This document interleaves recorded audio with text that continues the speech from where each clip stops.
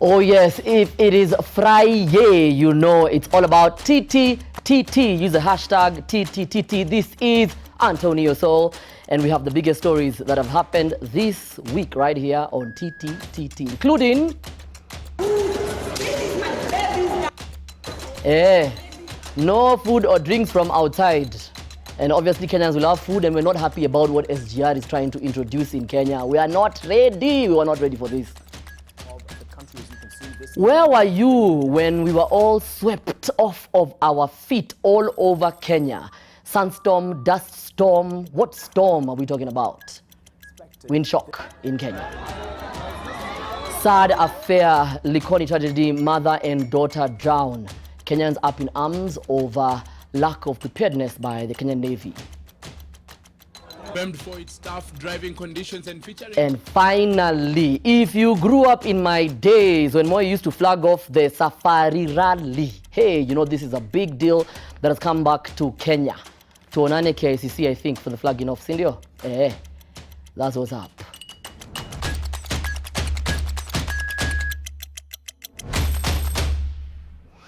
And when I'm on air, I'm joined by the smartest people in Kenya.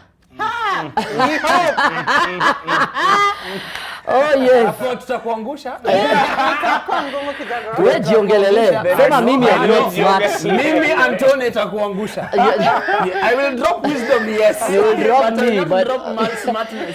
Ladies first. Cindy. What's up, man? It's been a while I haven't seen you. Yes. Cindy, you and your dreadlocks, the longer they become, the wiser you are. I know.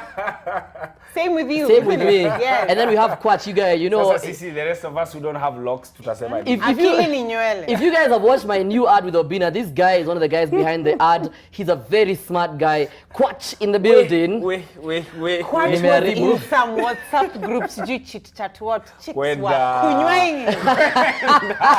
Buzz, let's see if he has. Who you guys slide in my DMs at Nick Kwach everywhere? Let them know today if you're smart. The one and only content creator. This guy, he's a techie. I never knew he was a techie. I never knew he's a geek. He also can sing, by the way, if you guys do not know. I'm talking about the only. Hey. I know, right? He can sing, for real. You know, you've shocked him. Martin Gidinji. I actually have a musical coming in November, December. Yes, he's in Sarafina. Nice. Yes. Hii shilingi ya Kenya unaitafuta? My friend. Kila mahali. Naitwa Daddy Mato. Sina otherwise. When you look at all the pictures after the show, the only person who has a kitambi, Martin Gidinji. So, unajua kitambi ni stomach muscles ya kuproject hiyo sauti. As in, ushaiona muimbaji yeyote akona six pack. Do you know what it is though? Since you're now Mr. and Matau is in the building, this shows that clearly nakupikia. Uliza Cindy anajua hizi vitu. You're now being cooked for. Yeah, she's doing a good job. You see, food storm. I'm not complaining that I'm plugging my wife. This time you're the one who's plugging my wife. Guys, speaking of plugging, and were you guys plugged by the wind that happened? What? Yeah, I was caught on Thika Road, the superhighway, and cops at that particular point stopped cars because there was a billboard flapping, and it was like, you know, hitting cars on the way, twigs and stuff. I was like, what the hell is going on? Yeah, what is happening? What is this place called? Kitengela. You know, it's every day. Yes. Even if you never mka by there. You know, rumor has it, bado wanatafutwa watu wa Kite. Watu wa Kite. Like their vumbi was extra. When I was in primary school, tulikuwa tukiambiwa tukiona kale ka upepo kanaenda hivi. Ukifunika tu hivi na basin, ni nyoka itatoka hapo. So hizo ni nyoka mingi sana. You should just get back your fees. Like that. Mimi, fortunately or unfortunately, it got me in a mat, and it found the preacher. There was a preacher in a matatu, and he was preaching about end times. And then my friend uliokoka. And also today, there's also been bats. And by bats, people who hear differently, BATS, all over Uhuru Highway. Yeah, it's true. And someone said now we need to go and find the blood ya lamb. You know, this didn't the happen. end times are nigh. Just in Nairobi, it happened. There's a plane that had to land, emergency landing, It happened in Tanzania. I think it was in Maputo. The dust storm. Yes. Is it? Like it's something that's happened. It's a wave in Africa that we do not know. But also what it also alludes to a lot of climate change that is happening. So mmependa kata miti. Yeah. Na mnachoma miti. Something is happening na at the Indian kuvuta Ocean. miti. Now. And so it's also a sign of our economy. Watu wamekauka tu. Yeah. It's just dry. Just in dry. Kenya. And No, for all, but the meteorological department, though, they are saying that it's because of rising temperatures and it's a president's mvua. Mvua inakuja. It's the state of affairs in our country. Like Yes. the trend today is very representative of the state of affairs. Very representative. Let me just tell you guys, you know what happens, you guys? On TV, you do not know. Me, all I can say is that it is lit up here. And for all the skinny people who are thrown into new relationships, for you, WRC, you know, for where I come from, this is very difficult for me to pronounce. Sarai Rally. Hey, well done. Very nice. Say it again. Sarai Rally is right here with us. It has come, and you guys remember do you have memories of Safo? Rally days. Let me just say Safo. You do. Weren't you born like last year? What's Safari Rally? You don't? I was not. You're not in Nairobi? Grew up in Nairobi. Yes. But it used to, the Safos used to come back huko Thika huko. Yeah, I grew up in Isiolo. You just say you didn't have a TV already. No. I grew up in Isiolo. Safari tulikuwa tunaona kwa TV. Why are you making us feel bad about our TV? Ati nini we, you guys, it was one of the most interesting events. Cindy, you have the memory of I do. Moi, Moi and flagging off at KICC. It was definitely a highlight. I'm so happy that it's back. It's good for sports, especially with everything going on in the sports world. So I think it's good for us to have something that guys can look forward to sports wise. And now you guys understand why people like us who have Subarus, why we drive the way we drive. Yes. That is where... Wow. Blue Subaru with the gold rims. Have you ever heard of that joke over TV? I've just put myself like right now, you just look at him like this and what you want to race. Me in my head, I was like, guys, so now us guys for Honda Fit tonight. You know, guys keep flagging us Uber. So people like us for BMW X1 now we can't.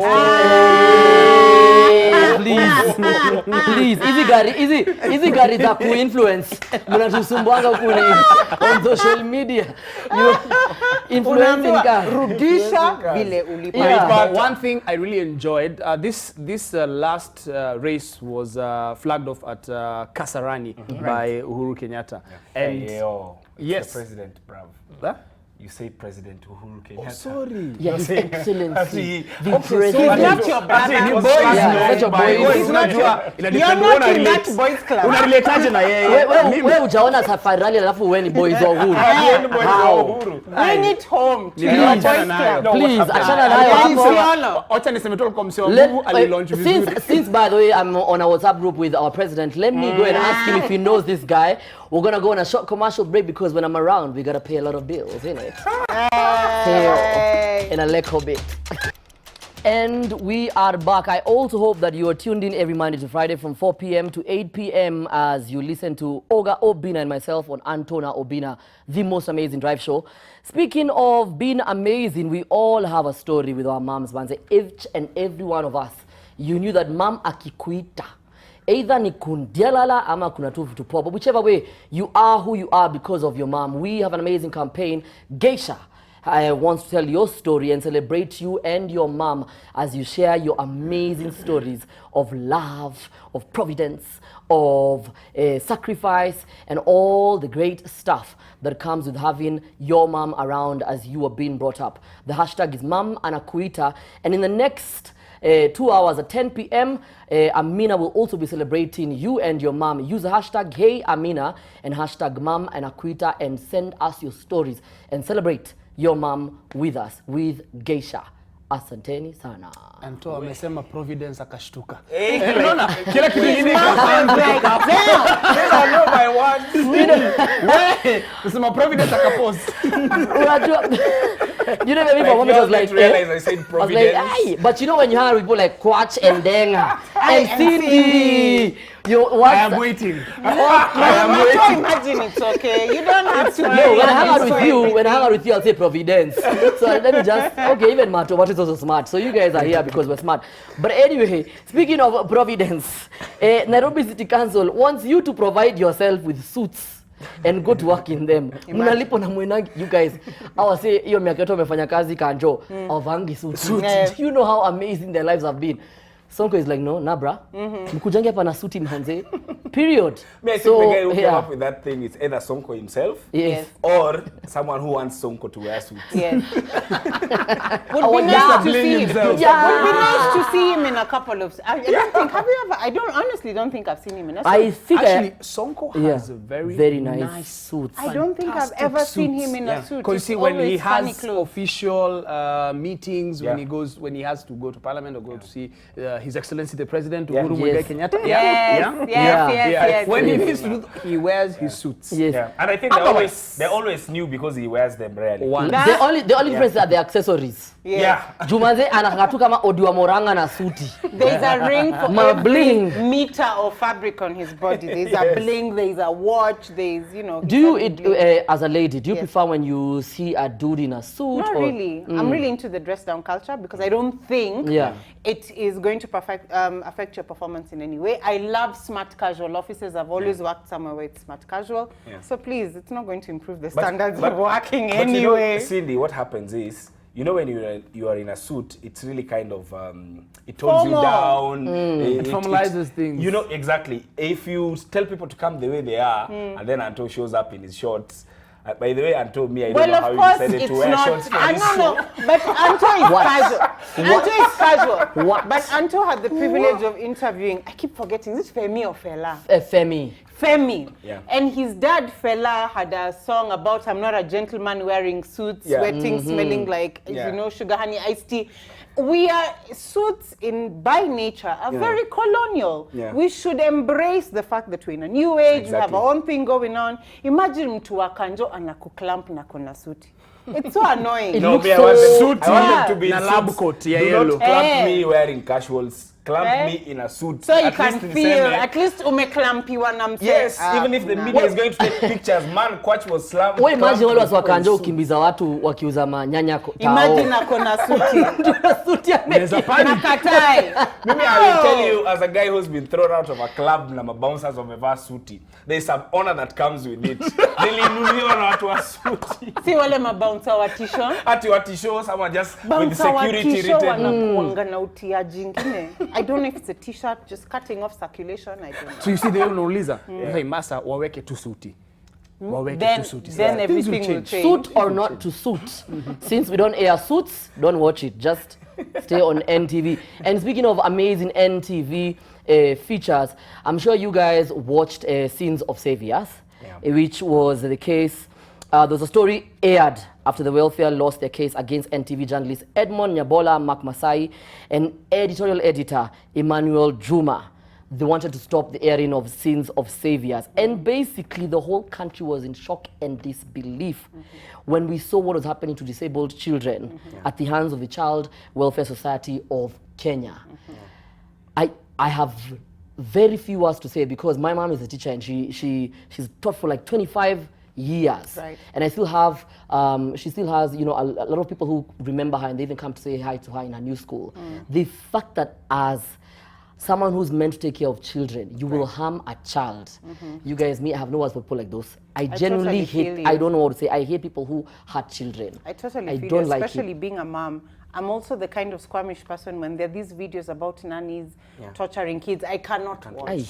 So to think that this is happening and this is propagating at state level, it's heartbreaking. It needs to be voiced and people need to know what is going on so that change can happen. I mean, children are, it doesn't matter whether a child is handicapped or not. They're still kids, and they still have a bright future and they can be the leaders of tomorrow. So it's just really sad that this is happening and it is not getting the necessary exposure that it is. And you know what was very unfortunate about it is when a committee from Parliament, I guess, went there. And first of all, it's an irony that it's called Child Welfare Society of Kenya. They're supposed to be taking care of the welfare of these kids. Right. And then they decide to do what they do. When the head of the Child Welfare Society of Kenya was saying cerebral palsy is not a medical condition. Oh my goodness. It was ridiculous. And then the guy who's taking care of these kids, they're injecting things into the kids. He's being asked if they are medical practitioners. They say they don't do medical procedures. Yeah. Since we are just here massaging. And injecting is a procedure. And then they're injecting things. And the way the kids were screaming, I was just asking myself, I think Kenyans need to be taught how to be human beings again. Not even good people, just being a human being. Just have some difference between you and an animal. At least you have some human instinct. Animals are better than us. Yeah. Quach, you have said so many things on this show. Manze, that honestly there, that was deep. Imeshika roho. Yeah, that was deep. I think Kenya tunahitaji tu kuingizwa kwa meli, sisi wote tupelekwe Asia. Ni country gani ile yenye kila mtu aliingizwa jela kwa sababu ya vitu za upuzi kama hiyo? Indonesia. Indonesia. Like there's a wall of fame of MPs and politicians and leaders who did stupid things on so huyo ndio alikuwa hapa. Wall of shame. Yes, a wall of shame, exactly. Because the leadership in this country is quite frustrating and disappointing, and it's really wanting. And they now have a board. They've created a new board, but they still have the same chairperson who is supposed to be investigated, still in office. And it's nice that you've said, Coach, we really have to question ourselves. Who are we? And the fact that also a lot of times we keep quiet when we see these things because we say, it's mind our business. Yeah, it's not my child. It's not my child. Yeah, but that's somebody else's child. Imagine a child being disabled. Yeah. And then on top of being disabled, they have to go through, yani, it's like double tragedy. You're being punished for being alive. Think about only this week how many bad things you've had happening to children in this country. I know we're going to talk about that issue, but I mean that. And then you will realize that we can't sink lower. Yeah. We've gone to the My lowest friend, we can. unadharau wa Kenya. Kenyans, they keep shocking us every week. Unfortunately, they will. But also a big shout out to Emmanuel Juma, to Edmond Nyabola, and to Mark Masai, because I remember every 9 p.m. I'd watch and Mark was on air and he'd be like, guys, we'll get through this storm. We are going to air that feature. Right. And the fact that they stood out and they said, you know what, we're going to win this case. Because these kind of stories must be told. And it's important for us to reflect and see ourselves in these kind of stories. A voice for the voiceless. It's true. And the truth is, if you're the one doing those things, shame on you. Actually, shame on you. The third one and the fourth one. Oh, Yes. shame on you. Shame on you. Hey, I'm not sure which my camera is. Shame on you. Also, this weekend, breaking news hit the country after the 35-year-old mother, Mariam Kigenda, and her 4-year-old daughter, Amanda Motheu, sank into the Indian Ocean after sliding from the ferry MV Harambe in the full glare of helpless onlookers. The body of the two who were trapped inside their saloon car is yet to be retrieved. You guys. Let me start, Anto. It's sad, it's quite unfortunate, but you see, it's not a but. Ed, kuongezea hapo juu. It's unfortunate. How you handle such situations after the fact is what really counts as far as your leadership qualities and also kuwa utu na ubinadamu. There are very stupid things that have been done and said, but for me the most stupid is that more money is going to be invested in getting better ferries and more watu wa rescue, which is good, as opposed to kujenga tu bridge. Iyo ferry iache kuwa mara imeharibika, mafuta imeisha, hakuna kitu inaweza fanywa. Like we are in 20, like just build a bridge. You know, it is so sad. I think one of the things you realize about Kenya, and when you grow up in the era we grew up in, you sort of realize why certain places in Kenya have always felt disenfranchised and have always, you know, like, tunatoka Kenya. Because, and I think the Pope said so, that clearly death is as a result of corruption. Right. And corruption causes death. And you can clearly see what is happening because there's this man, and I've forgotten his name, and he keeps, he's been on, now he's been banned apparently from going close to the ferry. Right. Because he said, guys, I can help. But they only call me when things have gone south. And I have very many young people that I have worked with, I have trained them, we can do this job, but they keep employing people based on proxies, based on nepotism, and you really question and ask yourself, does this always have to happen for our eyes to be open? And by the way, at a time when, and I think this is also a feature we're supposed to be talking about, but let's put them together, at a time when we're supposed to be having Mashujaa Day in Mombasa. The irony. I don't even know how Mashujaa Day, I don't even know how we will be able to hold our head up high with how we have messed this whole situation. Search and rescue there was an act that was passed last year when there was this water and bodies something going on at Mombasa. It was a big thing, so many people came from across the world. And in that act, there were rules and regulations about search and rescue and of course, search and retrieval. There's a board, there's everything that's happened. You know, there was a whole committee, statutes and stuff. And it's so sad that up until now, the divers who are trying to retrieve the bodies are using sense of touch. So they're going down, and of course, you know, they're putting their health at risk because of the pressure that is, water you know, the water pressure as they go deep. We're talking about 130 meters deep. And of course, the tide is shifting, so of course, the car is moving.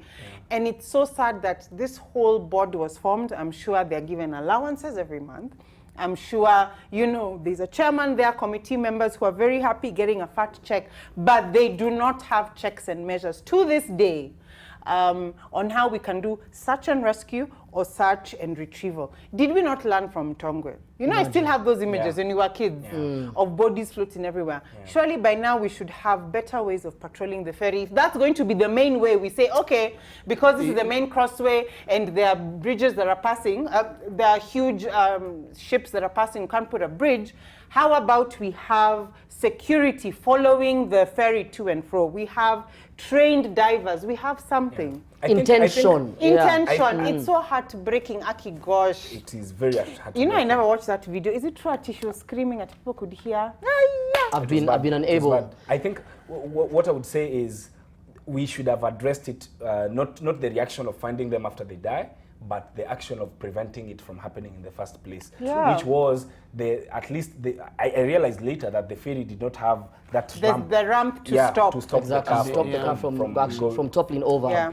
The last thing you want actually to be while ukiingia kwa hiyo ferry, the last thing you want is to be the last car. Usually, like watu ukimbia wasikuwe wa mwisho. It is quite sad, and we're gonna go on a short commercial break. When we do come back, we've got more for you.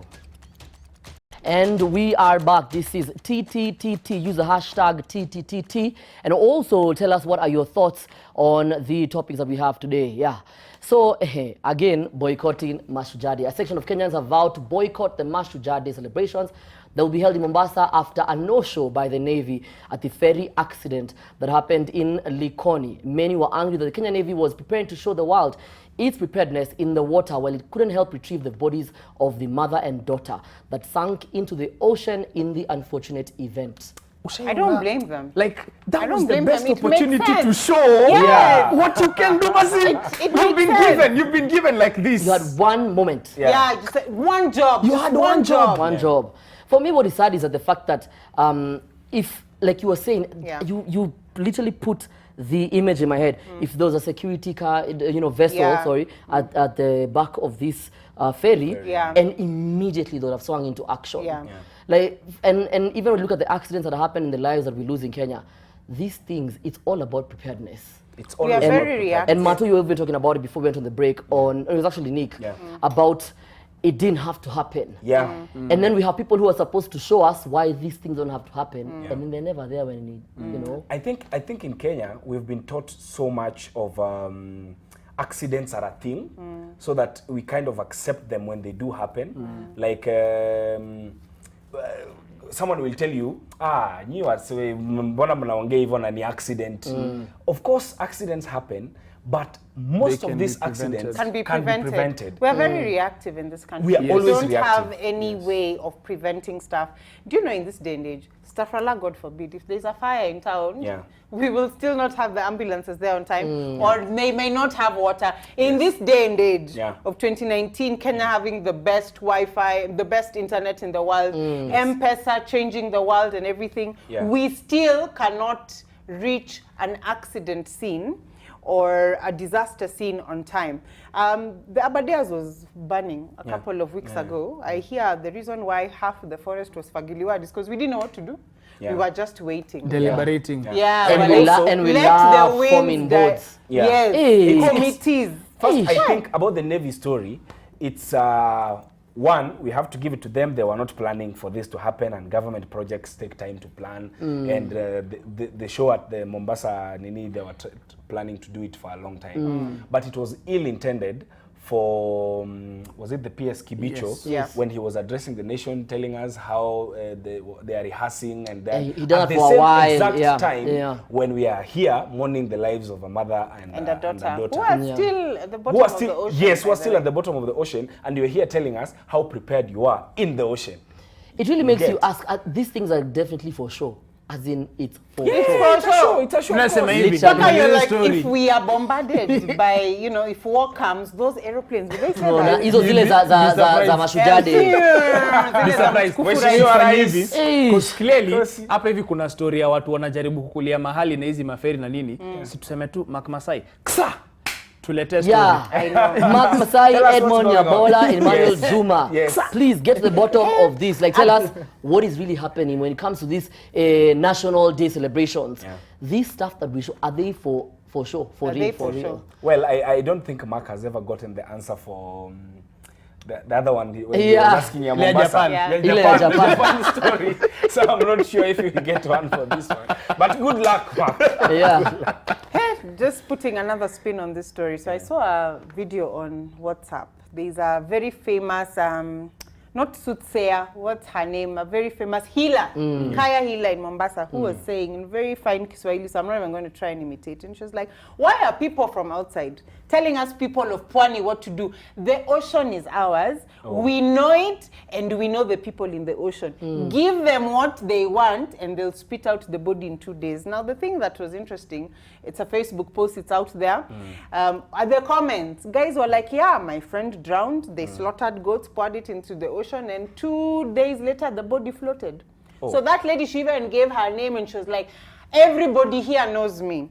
Give me, I think she said 10 goats, chickens, what, slaughter, to give the ocean, the ocean has its people. Give the ocean what it wants, and then it will give you back those people. Mimi tangu siku ya post-election violence, wakati watu waliiba ma TV, na walibeba hiyo TV for 3 weeks, kwa sababu ni Mombasa. Mimi kuna vitu sitakagi hata kudhubutu kuongelea.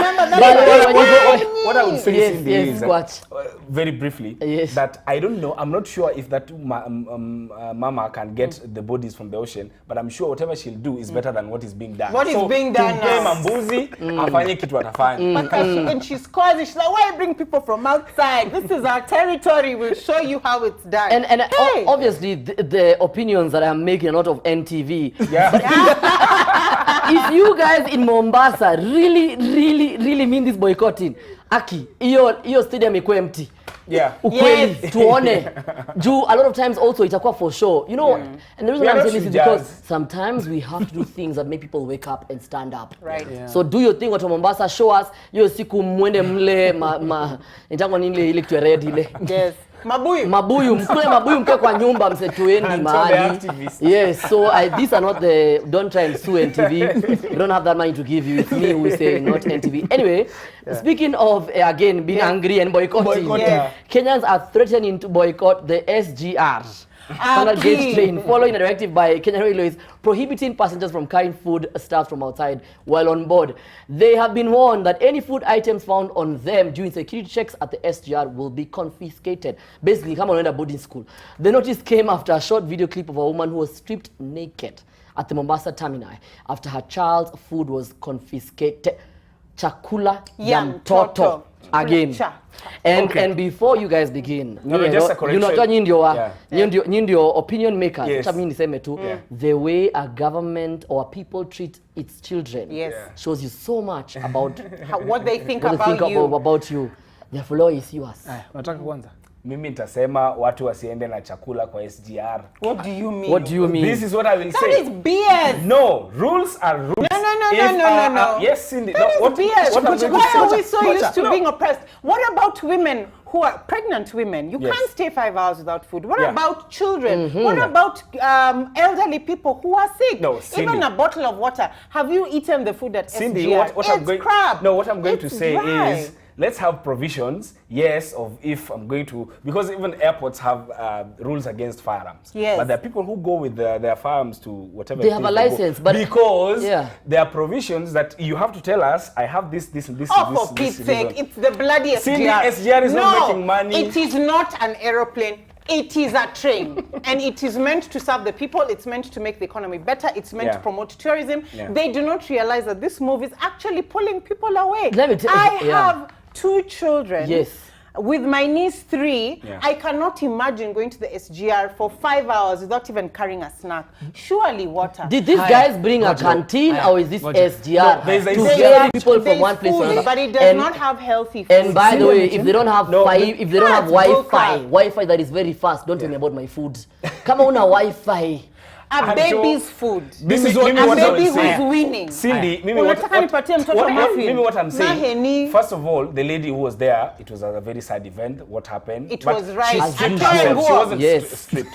Yeah, but Cindy, what I'm saying Hata is, mimi nita- usiende kwa SGR if you don't like their rules. Of course, it's ours. I'm not saying that. That It's counterproductive. So why are you there? We are here to oppress you. These are our rules.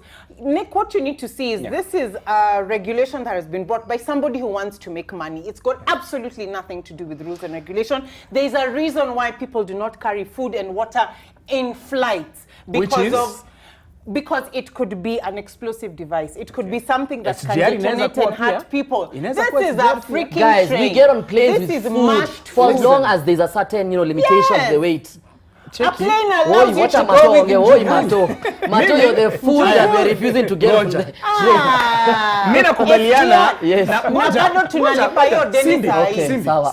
Sawa. nakubaliana na Quach. Lakini pia Yeah. kuna kitu ambacho kinafaa kuhappen. Yeah. The same way you're on a flight for 3 to 4 or 5 hours, Yeah. and there is always provision for you're given food, Yes. you're given drinks, and if it is food for the baby, unasema mapema na inakuwa accommodated. That is what can happen. That's what I was saying. Yeah. But it is not happening. Okay. You're restricted, then you're forced to Ladies eat and dried gentlemen, muffin. we are negotiating things here. And speaking of negotiations, Boycott it. speaking of negotiations, Njorin Cheke sets standards for bride price. Njorin Cheke elders have vowed to make laws that will standardize bride price to be paid by Meru and Tharaka-Nithi relations. Basically, long story short, watu walipe one standard fee for msichana wa Tharaka ama wa nini 10 seconds. Nimekataa. Why? Mimi nilienda nikalipa mahali. Wao kwa nini wanasaidiwa saa hii? Kila mtu alipe Sawa, Let the Coach. changes come. Sisi wenye bado we are here to pay. Yes. We don't want to be kutumiwa vibaya. Yes. Regulate it. Pambaneni na hali yenu. Nini? Lipa mahari. Sisi tumelipa hizo miaka Pambana zote. kunywa maziwa bila kulipia ng'ombe. I think this is I walk away if they try to extort me. I I walk away. think basically Njorin Cheke wants all the Meru men to marry because you guys are being stopped because of the high dowry prices. From NTV and the whole production crew that makes TTTT an amazing, absolute pleasure, Martin Githinji, Nick Quach, Cindy and myself, we want to say a big shout out to you who's watching and to all my family and friends watching. M-Pesa ingie, pia mini oe, kwani nini. See you at 10 p.m. with Hey Amina.